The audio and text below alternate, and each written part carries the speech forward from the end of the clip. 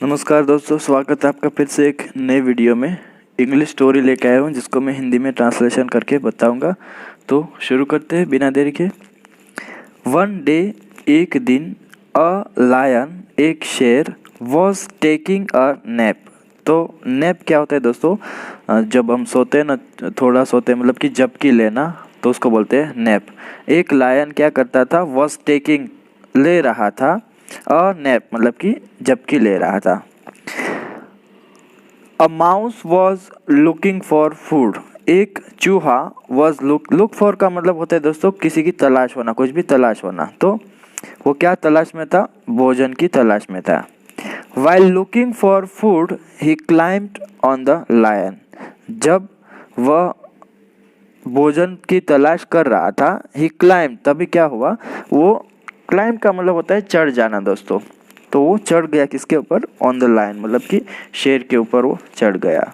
Thinking that, यह सोच कर कि he was a big rock. तो रॉक क्या होता है? चट्टान, एक बड़ा चट्टान है ऐसा सोचकर उसके ऊपर वह चढ़ गया।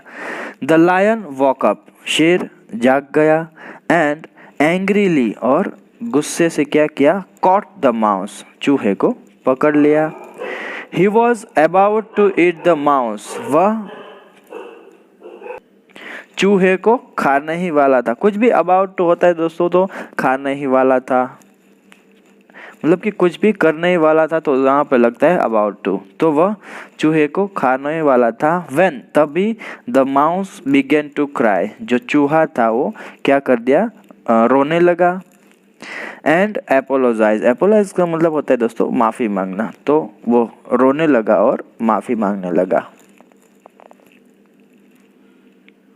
The mouse told the lion, चूहे ने शेर से कहा, if you leave me today, यदि या तो अगर तुम आज मुझे छोड़ दो, मे बी सम डे, तो शायद किसी दिन, I can also help you, तो मैं भी तुम्हारी मदद कर सकूँगा, ऐसा उसने चूहे ने बोला। The lion laughed out loud, तो जो शेर था वो जोर से हंसा। एंड सेड, और बोला, how can you a little mouse help me the king of the jungle. How can you मतलब कि तुम कैसे कर सकते हो?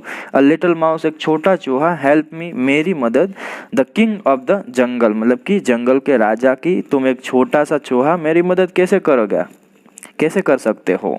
But the mouse pleaded profusely, लेकिन जो चूहा था उसने क्या किया? प्लीडेड का मतलब दोस्तों है विनती करना, और प्रोफ्यूजली मतलब कि बहुत विनती करना, ज़्यादा कुछ ऐसा हाथ जोड़ना, पैर पड़ना, जो तो उसको बोलते हैं बहुत। उसने विनती की उसके सामने। एंड प्रॉमिस टू हेल्प, और मदद करने का वादा किया।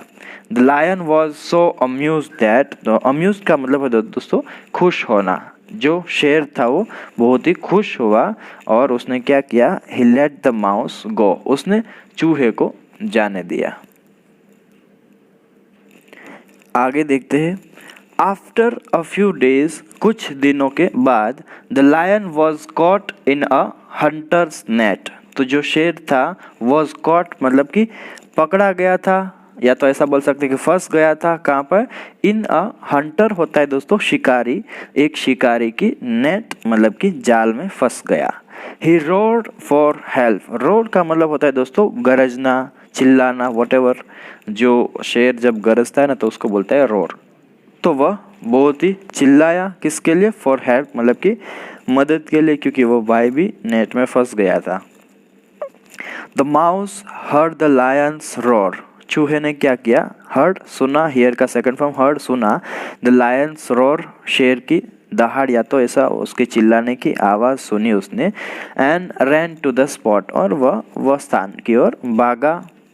ही saw the lion trapped in the net, उसने देखा, किसने? ये ही है वो चूहे के लिए यूज़ किया गया है। उसने देखा द लायन, जो शेर था वो ट्रैप्ड मतलब कि फंसा हुआ था। कहाँ पे? इन द नेट, तो जाल में फंसा हुआ था। And quickly started to nibble the net with his sharp teeth, और उसने क्या किया? क्विकली मतलब कि जल्द ही, स्टार्टेड शुरू कर दिया क्या करने को? टू निबल, निबल का मतलब होता है दोस्तों कुतरना। जो चूहा कुतरता है ना अपने दांतों से थोड़ा थोड़ा, तो उसको बोलते हैं निबल, ऐसा बोल सकते हैं, काटना भी होता है, लेकिन कुतरना यहाँ जो है वो वर्ड जो है अच्छे से बैठता है यहाँ। तो वह उसने कुतरने लगा उस जाली को विथ हिज शार्प टीथ, अपने जो शार्प टीथ मतलब कि तेज दांत थे उससे वो कुतरने लगा। विदिन अ फ्यू मिनट्स, कुछ ही मिनटों में, द लायन वॉज फ्री, शेर आज़ाद हो गया। सिंस दैट डे, उस दिन के बाद, द बिग लायन यानी कि बड़ा शेर एंड द लिटिल माउस छोटा चूहा became friends for ever. Became का मतलब होता है हो जाना, बन जाना, बन गए वो लोग। फ्रेंड्स फॉर एवर मतलब कि हमेशा के लिए दोस्त बन गए। सो फ्रेंड्स, यह हमारा एक छोटा सा मॉरल मिलता है, नेवर अंडर एस्टिमेट एनीवन। तो इसका मतलब होता है कि कभी भी किसी को छोटा मत समझो। तो आज की हमारी स्टोरी यहीं ख़त्म होती है फ्रेंड्स। अगर आपको अच्छा लगा तो ज़रूर से लाइक कीजिए। मेरे हिसाब से स्टोरी जो है वोकेबलरी सीखने को बेस्ट वे है और अपना रीडिंग इम्प्रूव करने को भी अच्छा है। साथ ही साथ some grammar structure you can learn from this, और बहुत कुछ सीखने को इससे मिलता है। वर्ड्स के फॉर्म खास करके सीखने को मिलता है, first form, second form, third form आपको सीखने को मिलता है, टेंसेस भी सीखने को मिलता है।